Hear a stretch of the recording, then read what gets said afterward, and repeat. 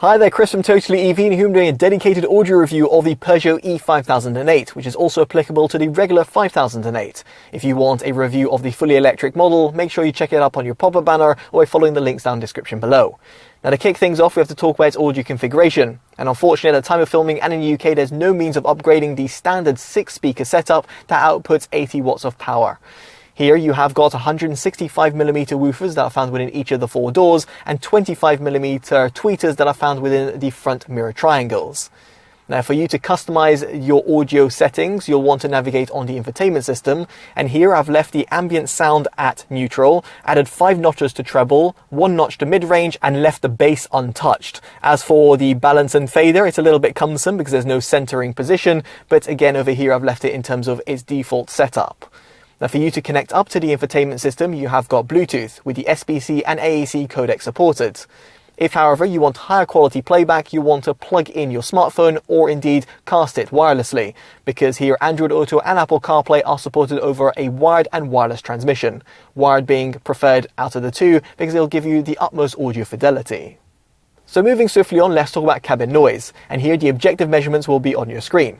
Subjectively, what I'll say is that the vehicle does do a pretty decent job at lower speeds, while at higher speeds you do hear a little bit of road noise. Although it's worth mentioning that this press vehicle is the GT trim and has got those larger size 20-inch alloys. If you were to go for the 19-inch alloys, this will unsurprisingly affect your overall cabin noise. Elsewhere, it is also worth mentioning that there is an acoustically treated windshield which comes fitted as standard across all the trim ranges. Now, past all of this, let's get on to an audio demo. I'll be placing the camera and microphone in separate positions within the cabin and playing back a track. It's from Peugeot and it's titled Like Me.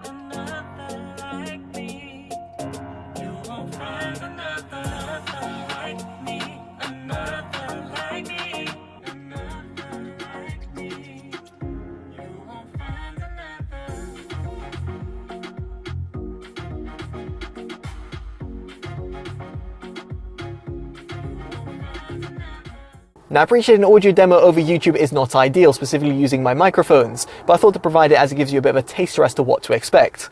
Now, what I'll say subjectively, as someone who's reviewed over 700 audio-related devices and also over 120 different audio systems that are found within cars, is that the 6-speaker setup that's found within the E-5008 or the 5008 is actually really poor, arguably one of the worst out there. This is also in part due to the fact that you've got a larger size cabin and the lack of extra audio drivers really does show. Now, let me break it down for you. First off, in terms of the sub-bass tones, they're cut short. And it's no surprise over here because you've got no dedicated subwoofer. In other words, you don't get that low-end rumble that you'd find on some bass-orientated tracks. Instead, the woofers that are found within each of the 4 doors do really have their work cut out because they also have to produce the other frequency tones. Speaking of which, over here, the mid-bass tones are actually pretty punchy and lively. In my case, I didn't add any sort of bass EQ via the infotainment system because I felt it was actually pretty overpowering at times. And when it comes to the overall mids, this is of course going to be affected because the overpowering mid-bass impact means that it does leak into the mid-range and therefore means that vocals are actually pushed back.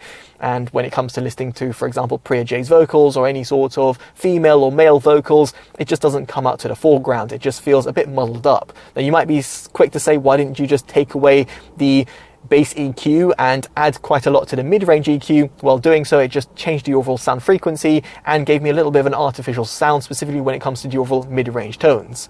Now, as for the highs at the front of the cabin, do excel relatively well, at least if you're going to be boosting up that treble like I did, and those tweeters that are found within the door triangles do a decent job. Unfortunately, the same couldn't be said at the rear of the cabin, because the emission of any sort of tweeters does mean that you don't really have that sort of toe tapping feeling. Now, what is really a major drawback is its overall soundstage. It's just a little bit unidirectional, lacks that overall instrument separation, and the overall width and depth just feels really closed. Yet again, this is due to the fact that you've got not that many audio drivers in a really larger sized cabin. And of course, if this was, let's say, the Peugeot E-5008, then it potentially wouldn't have been as much of a problem. But in the E-5008, you would have expected a bit more. But alas, that's not the case. And therefore means that when you're listening back to music, or of course, any sort of things that you're going to be listening to within the vehicle, you will feel that that lack of involvement and enjoyment isn't quite there. Now, ultimately, what I'm trying to say over here is that the audio system that's comprised within the Peugeot E-5008 or 5008 is actually pretty poor. The overall sound frequency range is pretty disappointing, and the lack of audio drivers in a larger sized cabin does take away from the overall enjoyment and engagement. And as a result, you might have to look at some third-party aftermarket solutions instead. And I say this because the audio system upgrades are not there from the manufacturer like you'd find on some other Peugeot vehicles that offer the Focal system.